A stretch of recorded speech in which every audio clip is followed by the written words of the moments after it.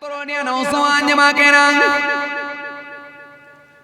হে ভাই মুরব্বিয়ানেরা বাবারা শুনে দেখে দিলে বাবা মারিস মোকাইলা থাকতে না পেরে যোগাযোগ করলেন সৌদি আরবের একজন বিখ্যাত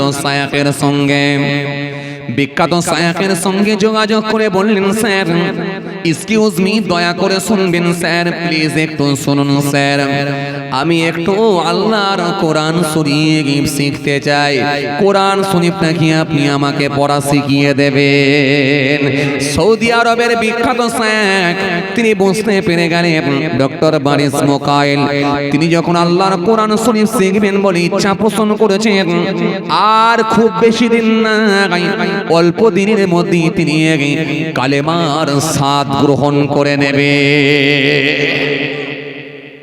আর খুব বেশি দিন নয়, অল্প দিনের মধ্যেই নিশ্চিতভাবে তার ভেতরে ঈমানের খুশবু পৌঁছে যাবে ইনশাআল্লাহ, কারণ তিনি যখন আল্লাহর কোরআন শরীফ শিখতে চেয়েছেন। সৌদি আরবের বিখ্যাত শায়খ বুঝতে পেরে গেলেন কোরআন শরীফ শিখতে চেয়েছেন মানে আর খুব বেশি দিন নয়, নিশ্চিতভাবে তিনি ঈমান কবুল করবেন। আর মারিস মোকাইল তিনি মনে মনে ভাবলেন, যদি আমি তার কাছ থেকে একটু কি আরবিটা শিখে নিতে পারি তাহলে কোরআনের ভুল বের করা আমার জন্য বড় সহজ হয়ে যাবে। এই কথা মনে করে তিনি কোরআনের ভুল বের করবেন বলে সৌদি আরবের বিখ্যাত শায়খ তিনি যোগাযোগ করলেন। সৌদি আরবের বিখ্যাত শায়খের সঙ্গে তিনি যোগাযোগ করলেন। বিখ্যাত শায়খ সেই সময় বলেছিলেন, নিশ্চিতভাবে ইনশাআল্লাহ আমি আপনাকে আল্লাহর কোরআন শরীফ পড়া শিখিয়ে দেব। আল্লাহু আকবার। আমার রব কি পারে না, তখন রবের প্রতি আপনার আন্তরিকতাটা আরো বেড়ে যাবে, ভালোবাসাটা আপনার বেড়ে যাবে, মহাব্বতটা আরো বেশি জন্মাবে, বেড়ে যাবে। এজন্য আল্লাহ রাব্বুল আলামিন ফেরাউনের অস্তিত্বকে আল্লাহ কিভাবে বিলীন। হে আমার মুরব্বিয়ানেরা বাবারা শুনে কে দিন বাবারা চিনে কে দিন আমার নবীর মনটা বড় খারাপ হয়ে গেছে। আমার নবী মনের দিক দিয়ে ব্যতীত হলেন, বড় কষ্ট পেলেন। আমার নবীর মনটা বড় খারাপ, আমার নবীকে মারার জন্য পাথর তুলেছি। আমার নবী আর থাকতে পারলেন না, মনটা বড় খারাপ হয়ে গেছে। কিন্তু আমার রাসূলুল্লাহ কোনো উত্তর দিলেন না, কোনো প্রতিবাদ করলেন না। মুহূর্তের মধ্যে আমার আল্লাহ জানিয়ে দিলেন, ও আমার হাবিব, ও আমার দোস্ত, ও আমার বন্ধু, প্রতিবাদ আপনাকে করা লাগবে না। প্রতিবাদ করার জন্য আমি আল্লাহ আপনার জন্য যথেষ্ট। প্রতিবাদ তো আমি করব, কারণ আপনি তো আমার বন্ধু। আর বন্ধু বন্ধুকে চেনা যায় কখন? বিপদের সময়। কথা ঠিক কিনা? সুখের দিনে বন্ধু অনেক জুড়বে, কিন্তু বিপদের দিনে বন্ধু থাকবে না। তো সুতরাং হাবিব আপনি কেন প্রতিবাদ করবেন? প্রতিবাদের জন্য তো আমি আল্লাহ আছি। তখন আমার আল্লাহ পাক এই সূরাটা, ছোট্ট সূরা নাজিল করেছিলেন। কি? সূরা লাহাব। আপনারা যেটা নামাজের মধ্যে পড়েন, আমি যেটা বলতে চলে এসেছিলাম, এই সূরা যখন আপনি এগুলো শানে নজুল পড়বেন না, তখন বুঝতে পারবেন যে কোন পরিপ্রেক্ষিতে কোন সূরা নাজিল হয়েছে, কোন পরিপ্রেক্ষিতে কোন আয়াত নাজিল হয়েছে, তখন কিন্তু আপনি বুঝতে পারবেন। তখন আমার আল্লাহ এই ছোট্ট সূরা নাজিল করলেন। কি বললেন? তাব্বাত ইয়াদা আবি লাহাবি ওয়া তাব। আবু লাহাবের হস্ত দুটো, হাত দুটো ধ্বংস হয়ে যায়। মা আগনা আনহু মালুহু ওয়া মা কাসাব। সংসারে সে যা কিছু উপার্জন করেছে সব ধ্বংস হয়ে যায়। সায়াসলা নারান জাতা লাহাবি, অতি সত্বর আমি আল্লাহ তাকে জাহান্নামের আগুনে নিক্ষেপ করব। ও আমরাতুহু, তার সঙ্গী তার স্ত্রীকেও করে দেব। কোন স্ত্রী? হাম্মালাতুল হাতাব, সেই কাঠের বোঝা বহনকারিনী স্ত্রী। ফি জিতিহা হাবলুম মিন মাসাদ, তার মরণটা এত কষ্টদায়ক করে দেব, সেই খেজুর গাছের রশিটা যে গলায় বসবে আর কাঠের বোঝাটা পেছন দিকে উল্টে যাবে, ওই অবস্থায় আমি আল্লাহ তার মৃত্যু লিখে রেখেছি। এখন প্রশ্ন আসবে, আবু লাহাব না হলে আমার নবীকে মারার জন্য পাথর তুললো, কিন্তু আবু লাহাবের স্ত্রী কি করেছিল? আবু লাহাবের স্ত্রী, যার নাম হচ্ছে উম্মে জামিলা, আপনারা জানেন, সেও কিন্তু আমার নবীর বিরুদ্ধে কম শত্রুতা করেনি। এই উম্মে জামিলা যখন কাঠ বিক্রি করার জন্য যেত, পাড়াতে পাড়াতে পাড়াতে পাড়াতে গিয়ে গ্রামে গ্রামে গ্রামে গিয়ে মুহাম্মদ সাল্লাল্লাহু আলাইহি ওয়াসাল্লাম বড় খারাপ লোক, মুহাম্মদ সাল্লাল্লাহু আলাইহি ওয়াসাল্লাম বড় নোংরা লোক, মুহাম্মদ সাল্লাল্লাহু আলাইহি ওয়াসাল্লাম বড় বাজে লোক, ইত্যাদি ইত্যাদি করে আমার নবীর বিরুদ্ধে কুরুচিকর মন্তব্য করত, নবীকে নিয়ে বেফাস মন্তব্য করত, নবীকে নিয়ে নানা রকম অপপ্রচার চালাতো, নবীর বিরুদ্ধে নানা রকম মন্তব্য করত, নবীর যে পথ দিয়ে হেঁটে হেঁটে যেতেন ওই পথেতে কাঁটা বিছিয়ে দিত। এই জন্য আল্লাহ বলছে, ওর সঙ্গে ওর স্ত্রীকেও জুড়ে দিচ্ছি, দিয়ে একই সঙ্গে তাদেরকে জাহান্নামে দেবো। আসেন এবার আমি আসল আলোচনায় আসি। তাহলে আপনাকে কি বললাম যে আবু লাহাব বলে যদি চিৎকার মারেন তাহলে একটা নেকিও কিন্তু পেয়েছেন না, একটা নেকিও পাচ্ছেন না। যখন আপনি সেটা কোরআনের ভাষায় পড়বেন, আবি লাহাবি ওয়াতা, আমার আল্লাহ রাজি হলে খুশি হলে ওই আবু লাহাবের নামটা পড়ার জন্য, জি আল্লাহ ইচ্ছা করলে প্রত্যেকটা অক্ষরের বিনিময়ে 10টা 10টা করে নেকি দিবেন।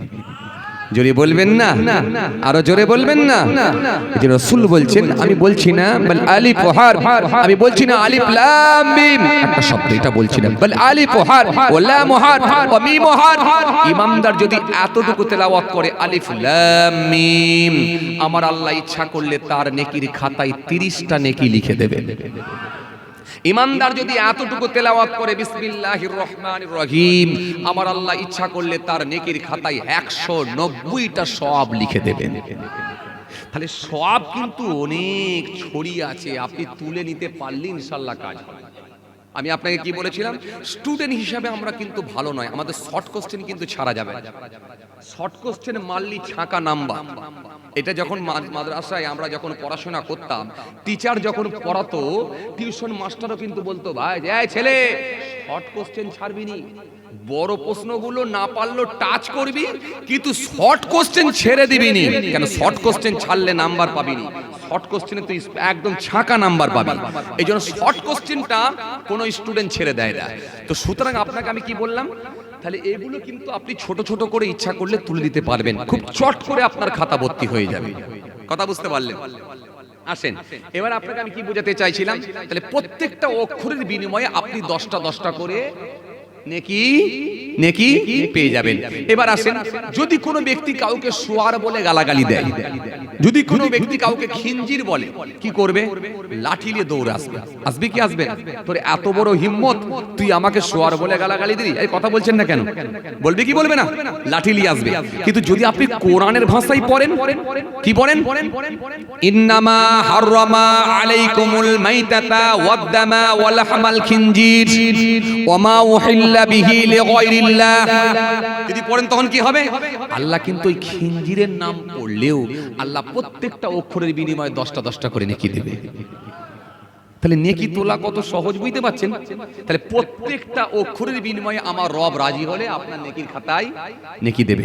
আপনি পড়লেন ইন্নামা, নিশ্চয়, হাররামা, হারাম করে দেয়া হয়েছে, আলাইকুম, তোমাদের জন্য, মাইতাতা, মৃত জানোয়ার, ওয়াদ্দামা, প্রবাহিত রক্ত, ওয়াল হামাল খিনজির, শুকরের গোশত, শুকরের মাংস।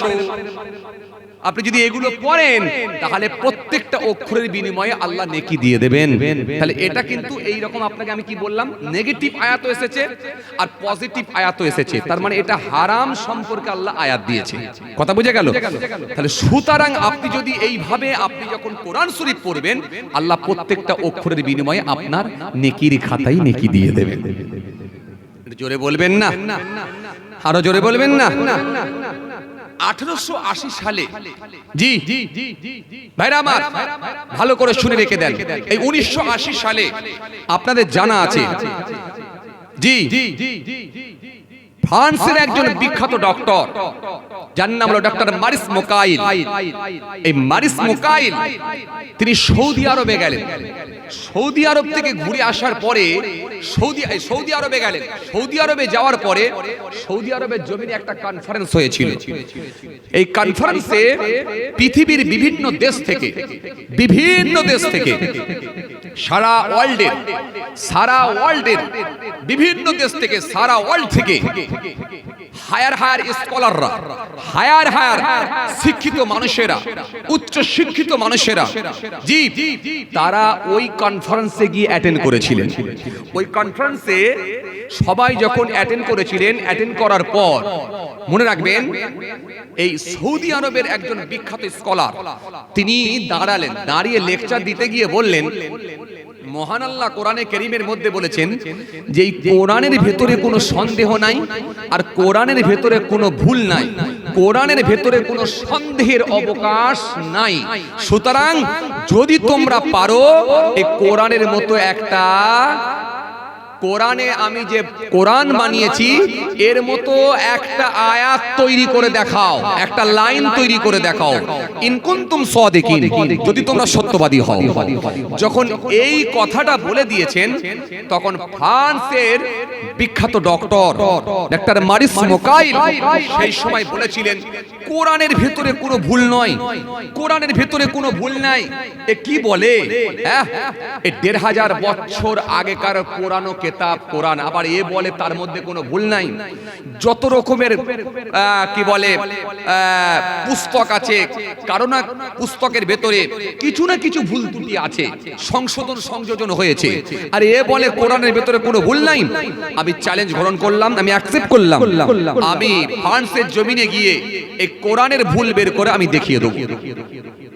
ফ্রান্সের জমিনে ফিরে এলেন, ফ্রান্সের জমিনে ফিরে এসে তিনি একটা কোরআন শরীফ জোগাড় করলেন, একটা কোরআন শরীফ জোগাড় করে এই কোরআন শরীফটাকে এবারে খুলে পড়তে লাগলেন। কিন্তু কোরআন শরীফ যখন খুলে পড়বেন বলে ঠিক করলেন, কিন্তু খুলে দেখছেন যে কোরআনের ভাষা হলো আরবি। জোরে বলবেন না? কোরআনের ভাষা হলো আরবি, কিন্তু তিনি ছিলেন ইংরেজি ভার্সনের মানুষ, তার ল্যাঙ্গুয়েজ ছিল ইংরেজি, কিন্তু ইংরেজি জামানের বা ইংরেজি ভার্সনের মানুষের জন্য মানুষ, কিন্তু তিনি আরবি ভার্সন বা আরবি জামানের মানুষ নয়। তো আরবি পড়বেন কি করে? তো আরবি পড়বেন কি করে? তিনি হতভম্ব হয়ে গেলেন, আমি পড়বো কি করে আরবি? আরবি পড়তে পারি না, না পড়লে কি ভুল বের করা সম্ভব? ভুল বের করা সম্ভব না, কিন্তু কোরআনের ভুল আমাকে বের করে দেখাতেই হবে। এই চ্যালেঞ্জ গ্রহণ করলাম, কেন তিনি তো উচ্চ শিক্ষিত মানুষ ছিলেন, এই জন্য কোরআনের ভুল বের করবেন বলে তিনি এবারে প্রিপারেশন নিলেন যে আমি কোরআনের ভুল বের করব। কিন্তু কোরআনের ভাষা হলো আরবি, তিনি আরবি পড়তে পারছেন না। এই জন্য মহানবী সাল্লাল্লাহু আলাইহি ওয়াসাল্লাম বলেছেন, তোমরা ৩ কারণে আরবির গুরুত্ব দাও। কয় কারণে? জোরে বলো, কয় কারণে? ৩ কারণে। নবী সাল্লাল্লাহু আলাইহি ওয়াসাল্লাম বললেন ৩ কারণে তোমরা আরবির গুরুত্ব দাও। ১ নম্বরে কি? ১ নম্বর হলো আমি রাসূলুল্লাহ, আমার জবানের ভাষা হলো আরবি। জোরে বলতে পারেন না? একটু একটু আওয়াজ করে হবে না? ১ নম্বরে আমি রাসূলুল্লাহ, আমার জবানের ভাষা হলো আরবি, আমি নবী পাক, আমার জবানের ভাষা হলো আরবি। দ্বিতীয় নাম্বার, ২ নাম্বার হলো আল্লাহর কোরআনের ভাষা হলো আরবি। জোরে হয় না? আরো জোরে হয় না? ৩ নাম্বার, তৃতীয় নাম্বার হলো মানুষ যখন কবরে চলে যায়, এই কবর থেকে নিয়ে একেবারে কিয়ামত হাসর, একেবারে কিয়ামত হাসর, একেবারে জান্নাত পর্যন্ত, জান্নাতের ভেতরে একটাই ভাষা চলবে, সেটা হলো আরবি। এই জন্য মানুষ যখন মারা যায় তাকে প্রশ্ন করা হবে আরবিতে, উত্তর দিতে হবে আরবিতে। আপনি যে দেশেরই মানুষ হন না কেন, যে কোনো কান্ট্রি, যে কোনো দেশের মানুষ হন না কেন, মারা যাবার পরে আপনার জবানের ভাষা আল্লাহ করে দেবেন আরবি। আপনি ইংল্যান্ডের মানুষ হলো কথা বলবেন আরবিতে, ফ্রান্সের মানুষ হলো কথা বলবেন আরবিতে, জাপানের মানুষ হলো কথা বলবেন আরবিতে, আমেরিকার মানুষ হলো কথা বলবেন আরবিতে। বাবাজি, আপনি চীনের মানুষ হলো কথা বলবেন আরবিতে, ভারতের মানুষ হলো কথা বলবেন আরবিতে, পাকিস্তানের মানুষ হলো কথা বলবেন আরবিতে, রাশিয়ার মানুষ হলো কথা বলবেন আরবিতে, বাংলাদেশের মানুষ হলো কথা বলবেন আরবিতে, ভারতের মানুষ হলেও কথা বলবেন কিন্তু আরবিতে। কবরে যাওয়ার পরে একটাই ভাষা, সেটা হলো আরবি। যদি এখানে একটা কথা বলা যায়, যদিও আমরা দুনিয়ার মানুষ এখন আরবির গুরুত্ব না দিয়ে আমরা এখন ইংরেজি ভাষার গুরুত্ব বেশি দিই। কথা বলেন ঠিক কিনা? কথা বলেন ঠিক কিনা? আমরা এখন আরবির গুরুত্ব না দিলেও কিন্তু আমরা ইংরেজি ভাষার গুরুত্ব বেশি দিই। কি কথা ঠিক কি না? এইজন্য এইজন্য মাইক চলে গেল কেন? এরকম হয়েছে, বক্স কেটে গেল মনে হচ্ছে না? বক্স ছেড়ে দিল। যাক, খেয়াল করেন আমার দিকে, আসেন লক্ষ্য করেন ভাইরা আমার, বন্ধুরা আমার, যে কথা আপনাদের বোঝাতে চাইছিলাম খেয়াল করেন। তো আমরা দুনিয়ার জমিনে ইংরেজির গুরুত্বটা বেশি দিই, আরবির গুরুত্বটা দিই না। হ্যাঁ, আপনি দুনিয়ায় ভাষা শিখবেন, ইংরেজি ভাষা শিখতে পারেন, আপনি তেলেগু ভাষা শিখতে পারেন, আপনি হিন্দি ভাষা শিখতে পারেন, আপনি মারাঠি ভাষা শিখতে পারেন, বাংলা ভাষা শিখতে পারেন। ভাষা শেখায় কোনো আপত্তি নেই, কিন্তু আপত্তি একটা জায়গা, সেটা কি? সেটা হলো একটু দ্বীনি শিক্ষা। এই দ্বীনি শিক্ষাটা যদি আপনার ভেতরে না থাকে, আপনি কিন্তু আমার মাবুদকে চিনতে পারবেন না। আর আপনি যদি একটু পারেন আরবি ভাষা শিখে রাখা দরকার, কারণ আল্লাহর কোরআনের ভাষাটা হলো আরবি। তাহলে আপনি আরবি পড়ায় অভ্যস্ত হবেন, কোরআনের ভাষাটাও পড়তে শিখে যাবে। যদি বলবেন না জি, এতে লাভ কি হবে? এতে আমার আল্লাহ খুশি হবে। তবে আপনি যদি আরবি ভাষা নাও শেখেন, আপনি কবরে গেলে কিন্তু আরবি ভাষাই দিতে হবে আপনাকে, উত্তর অ্যানসার দিতে হবে। কিন্তু উত্তর, এই অ্যানসার দিতে হবে, উত্তর দিতে হবে, সেটা কিন্তু আরবিতে দিতে হবে। উত্তর দিতে পারলেও আরবিতে, না দিতে পারলেও কিন্তু আরবিতে। আপনি বলবেন আমি কিছু জানি না, তাও কিন্তু বলতে হবে আরবিতে। কথা বুঝে আসছে তো ভাই? আবার তাহলে যে কথা বুঝাতে চাইছিলাম, এবারে বলবেন হুজুর তাহলে এই প্রশ্নগুলো যদি এখানে মুখস্থ করে চলে যাই, না, এখানে মুখস্থ বিদ্যা ওখানে কিন্তু কাজে লাগবে না। খুব ভালো করে শুনে, এখানে মুখস্থ করে যদি কেউ ওখানে যায়, মানে এখানে মুখস্থ করে পরীক্ষার হলে গিয়ে অ্যানসার দেবে, এটা দুনিয়ার জমিনে হবে। কিন্তু কবরের ভিতরে গিয়ে এখানের মুখস্থ ওখানে কাজে, কথা বলেন, কাজে লাগবে না। তাহলে উত্তর দেবেন কি করে? উত্তর আপনার জানা থাক আর নাই থাক, আরবি ভাষা আপনার জানা থাক আর নাই থাক, আপনি যদি ঈমানের সঙ্গে মৃত্যুবরণ করেন, আল্লাহ যদি আপনাকে কবুল করে নেন, আপনাকে উত্তর আল্লাহ বলিয়ে দেবেন। উত্তর অটোমেটিকলি আপনার মুখ দিয়ে আল্লাহ বলিয়ে দেবেন, সেটা আরবিতেই অ্যানসার দিয়ে দেবেন। রব্বি আল্লাহ, আমার রব হলেন আরবি, দ্বীনি আল ইসলাম, আমার ধর্ম হলো ইসলাম। নবিয়ানা রাসূলুনা হযরত নবী মুহাম্মদ মুস্তাফা সাল্লাল্লাহু আলাইহি সাল্লাম, তিনি হলেন আমার নবী। এই উত্তর অটোমেটিক্যালি আল্লাহ আপনার মুখ দিয়ে বলিয়ে দেবেন, শর্ত হলো যদি ঈমান থাকে। কথা বুঝে আসছে? আসেন এবার আপনাদের কাছে আমি যেখান থেকে ছেড়ে এলাম আবার সেই দিকে ফিরে যাই। এই মারিস মুকাইল মনে আছে আপনাদের? তিনি এসে বললেন আমি কোরআনের ভুল বের করব, কিন্তু কোরআনের ভুল বের করব, কোরআনের ভাষা তো আরবি, তো পূর্ব কি করি? পূর্ব কি করি? এই পড়ার মতো তো ক্ষমতা নেই, কারণ তিনি তো ইংরেজি ভার্সনের মানুষ, তার ল্যাঙ্গুয়েজ তো আরবি নয়, তার ল্যাঙ্গুয়েজ হলো ইংরেজি। এখন তিনি পড়বেন কি করে? আর তো পড়তে পাচ্ছেন না। একটা কোরআন শরীফ যদিও সংগ্রহ করেছেন, কিন্তু পড়তে পাচ্ছেন না। কোরআন যখন পড়তে পারেনি তিনি হতভম্ব হয়ে গেলেন। যখন পড়তে পারেনি তাহলে ভুল বের করবো কি করে? এতরনিয়া নওজওয়ান জামাকেরা, হে আমার মুরব্বিয়ানেরা, বাবা রাসূল ডেকে দিলেন, বাবা মারিস মুকাইলা থাকতে না পেরে যোগাযোগ করলেন সৌদি আরবের একজন বিখ্যাত শায়খের সঙ্গে।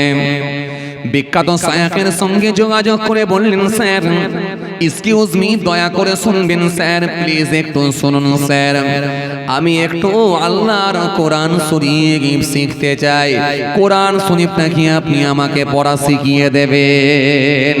সৌদি আরবের বিখ্যাত শায়খ তিনি বুঝতে পেরে গেলেন ডক্টর মারিস মুকাইল তিনি যখন আল্লাহর কোরআন শরীফ শিখবেন বলে ইচ্ছা পোষণ করেছেন, আর খুব বেশি দিন না, অল্প দিনের মধ্যে তিনি কালেমার স্বাদ গ্রহণ করে নেবে।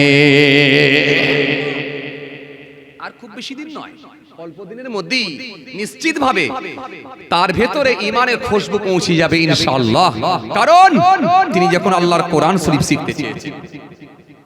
সৌদি আরবের বিখ্যাত শায়খ বুঝতে পেরে গেলেন কোরআন শরীফ শিখতে চেয়েছেন মানে আর খুব বেশি দিন নয়, নিশ্চিতভাবে তিনি ঈমান কবুল করবেন।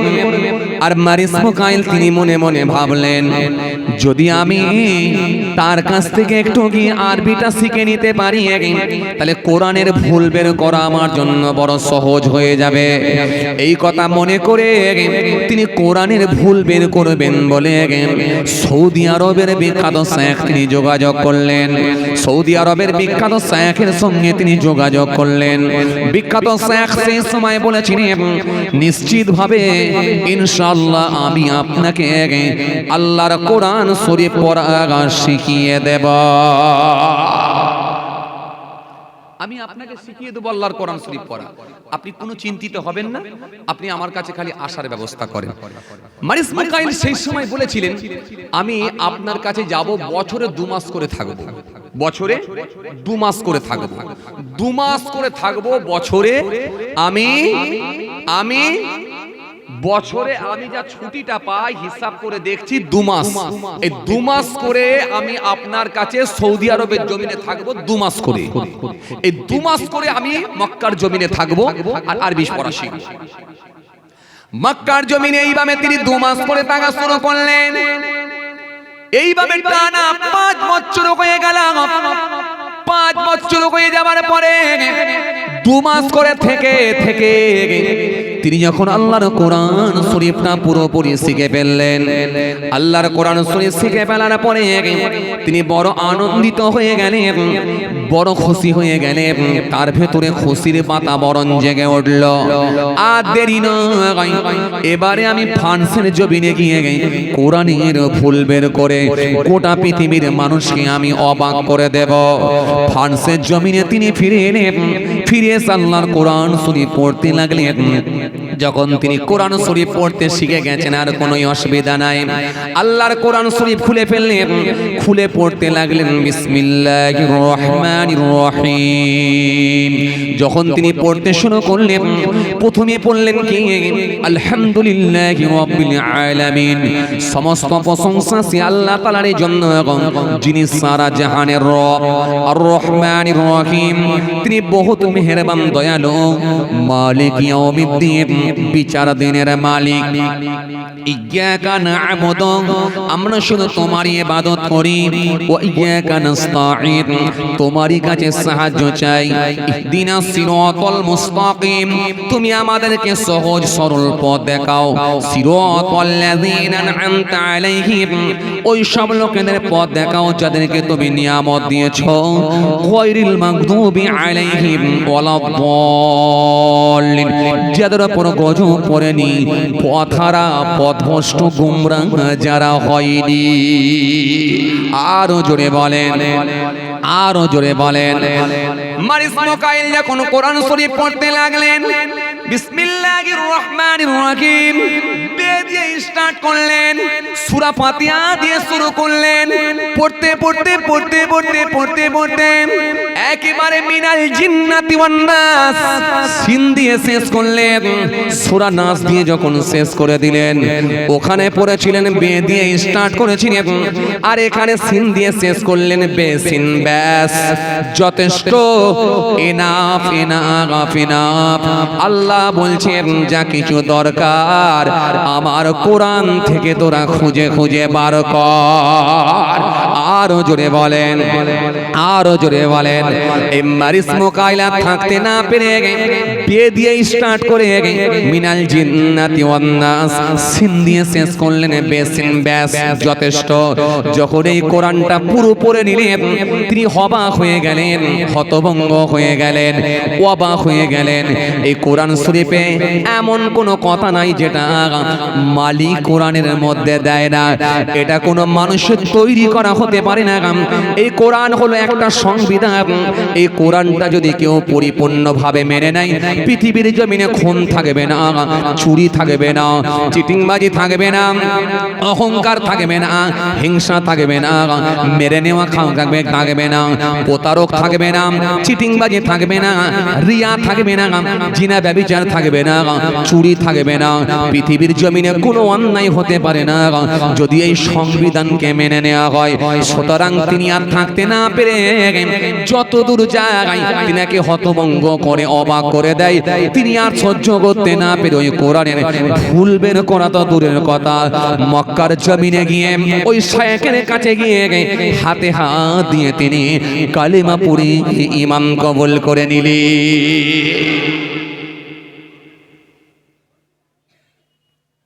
এই জন্য ভাইরা আমার, আজকে কিছু মানুষ তারা বোঝে না, ইসলাম ধর্মকে নিয়ে কুরুচিকর মন্তব্য করে, ইসলামকে নিয়ে নেগেটিভ কমেন্ট করে, ইসলামকে নিয়ে ছোট করার চেষ্টা করে, ইসলামকে কলুষিত করার চেষ্টা করে।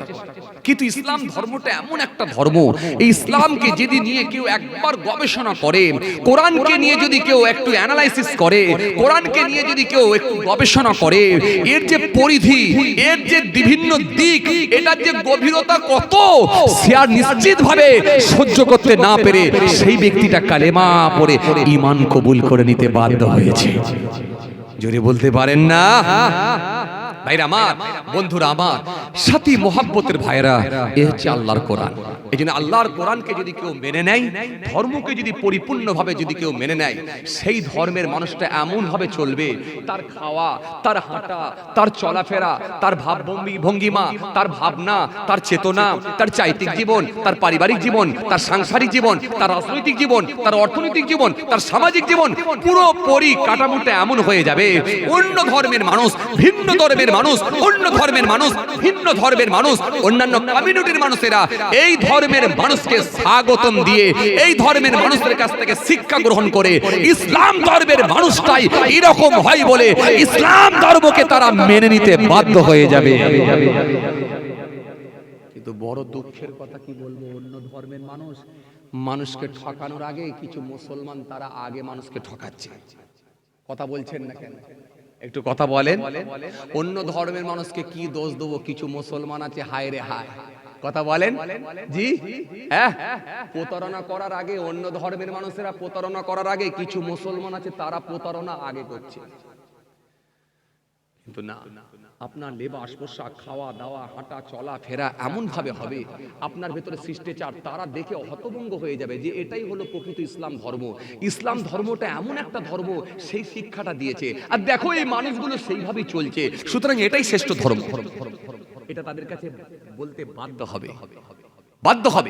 এজন্যই তো কোরআন স্পষ্ট ঘোষণা দিয়েছে, আল্লাহ রাব্বুল আলামিন বলেছেন, ইন্নাদ দীনা ইনদাল্লাহিল ইসলাম, আমি আল্লাহর কাছে শ্রেষ্ঠ ধর্ম সেটা হলো ইসলাম ধর্ম।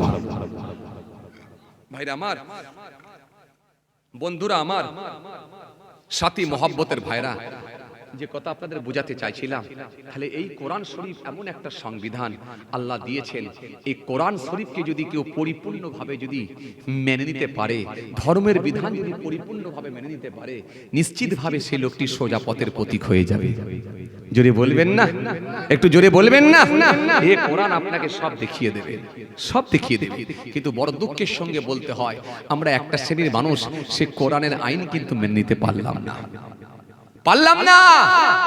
আপনি অবাক হয়ে যাবেন, আপনি হতভম্ব হবেন, যদি কোরআনকে যদি কেউ পরিপূর্ণভাবে মেনে নেয়, ঠিকঠাক ভাবে যদি কোরআন মেনে, কোরআনের বিধান যদি মেনে চলার চেষ্টা করে, পৃথিবীর জমিনে কোনো পুলিশ প্রশাসনের দরকার হবে না, কোনো ইডি সিবিআই লাগবে না, পৃথিবীর জমিনে কোনো জেল বানাতে হবে না, পৃথিবীর জমিনে কোনো পুলিশ প্রশাসন লাগবে না।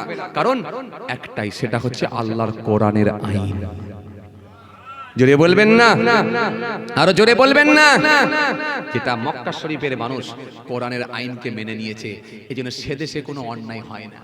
আর যদিও রিয়ার এক একটা হয়, তো সে দেশে এমন শাসন করা ব্যবস্থা কোরআনের আইন দিয়ে, যাতে করে একজন যদি অপরাধী খুঁজে পায়, দ্বিতীয় আর কেউ থাকবে থাকবে চুরি করেছে, ওপেন হাত কেটে দেয়, হাত কেটে দেয়, কোনো কথা হবে না। ও রাজার ছেলে হোক আর ভিখারির ছেলে হোক, আল্লাহর আইন সবার জন্য সমান। এই যে মক্কা শরীফে যারা গেছেন তারা দেখে এসেছেন, অথচ আপনি অবাক হয়ে যাবেন, সারা পৃথিবীর মানুষের আসা যাওয়া সেই দেশে। কথা বলছেন না কেন? ঠিক কি না? সারা পৃথিবীর মানুষের আসা যাওয়া। কথা বলেন, কথা বলছেন না কেন? মক্কা শরীফে সারা পৃথিবীর মানুষ আসে না? হ্যাঁ, সারা পৃথিবীর মানুষ হজ করতে আসছে। কথা বলে না? মদিনা শরীফে আমার রাসূলুল্লাহর দরবারে সারা পৃথিবীর মানুষ যাচ্ছে, যাচ্ছে কি যায় না? কথা বলে না। ওখানে ইরাকের মানুষ পাবেন, আমেরিকার মানুষ পাবেন, রাশিয়ার মানুষ পাবেন, ব্রিটেনের মানুষ পাবেন, চীনের মানুষ পাবেন, পাকিস্তানের মানুষ পাবেন, সৌদি আরব আপনি কি বলে বাংলাদেশের মানুষ পাবেন, ভারতের মানুষ পাবেন, সারা পৃথিবীর মানুষ আপনি মক্কা শরীফে মদিনা শরীফে পাবেন। কিছু বুঝতে পারছেন? অথচ সে দেশে খালি কোরআনের আইনকে মেনে নেওয়ার কারণে, আল্লাহর সংবিধান ল আইনকে গুরুত্ব দেওয়ার কারণে সে দেশে কোনো অন্যায় নাই, অন্যায় নাই। যদিও কোনো অপরাধীকে চিহ্নিত করা যায়, যদি রেয়ার হয়, তো তার সাজা এমন ভাবে দেওয়া হয় কোরআনের আইন অনুযায়ী, আর দ্বিতীয় কোনো অপরাধী খুঁজে পাবেন না। আমি নিজে মিলিয়ে দেখেছি, আপনি অবাক হয়ে যাবেন। আপনাকে আমি একটা দৃষ্টান্ত তুলে ধরতে পারি, আপনি অবাক হয়ে যাবেন। জি, মক্কা শরীফে মদিনা শরীফে সারা রাত দিন মানুষ হই হই করছে। যারা হজ করতে গেছে সারা দিন রাত মানুষ হই হই করছে। রাত্রিরে 2টোর সময় যদি কোনো মহিলা ইচ্ছা করে যে আমি একটা উমরা করব, খুব ভালো করে বুঝবেন, যদি মনে করে দিনের বেলা একটা উমরা করেছি, রাত 2টোর সময় আর একটা উমরা করব, সেই মহিলাটা যদি মনে করে আমি একটা উমরা করব, সে একা একা গিয়ে উমরা করতে পারবে। আলহামদুলিল্লাহ। আয়েশা মসজিদে যাবে, ওখান থেকে ঘুরে আসবে, ঘুরে এসে কাবা বাইতুল্লাহ চত্বরে চলে আসবে, এসে তওয়াফ করবে, হাজরে আসওয়াদে চুমা দেবে, তওয়াফ করবে, 2 রাকাত নামাজ পড়বে, জি, সাফা মারওয়া শাহি করবে, সারা রাত ধরে একা ঘুরবে। লিখে রেখে দেন, ওই মহিলার উপরে স্পর্শ করার মতো ক্ষমতা কারণ নয়। একটা মহিলা সেখানে এত সুরক্ষিত। জোরে বলতে পারেননি? আরো জোরে বলতে পারেননি? আমার দেশে তো দিনের বেলা থেকে কিডন্যাপ হয়ে যায়। কথা বলছেন না কেন? সেখানে সারা রাত ধরে যদি ঘোরে, কিডন্যাপ হবে না, কেউ তুলে নিয়ে যাবার মতো ক্ষমতা নাই। কারণ সেখানে আল্লাহর কোরআনের আইনকে মেনে নেওয়া হয়েছে, এই সংবিধানকে মেনে নেওয়া হয়েছে। এজন্য সে দেশে কোনো অপরাধ হয় না, অপরাধী খুঁজে পাবে। জি, একটা জুতো পরে থাকলে জুতো চুরি হবে না। কি বলছেন? সোনার দোকানগুলো খোলা আছে, সোনার দোকানগুলো খোলা আছে, ঝাঁপ বন্ধ করে না। যখন মসজিদে আজান শুরু হয়ে যায়, দোকানদারও চলে যায় নামাজ পড়তে, কাস্টমার খরিদ্দারও চলে যায় নামাজ পড়তে। দোকানে ঝাঁপ তোলায় আছে, সোনার দোকানদার দোকান খুলে দিয়ে মসজিদে নামাজ পড়তে যাচ্ছে, মসজিদুন নববীতে যাচ্ছে, হারাম শরীফে নামাজ পড়তে যাচ্ছে। দোকানে চুরি করার মতো ক্ষমতা কারোর নাই।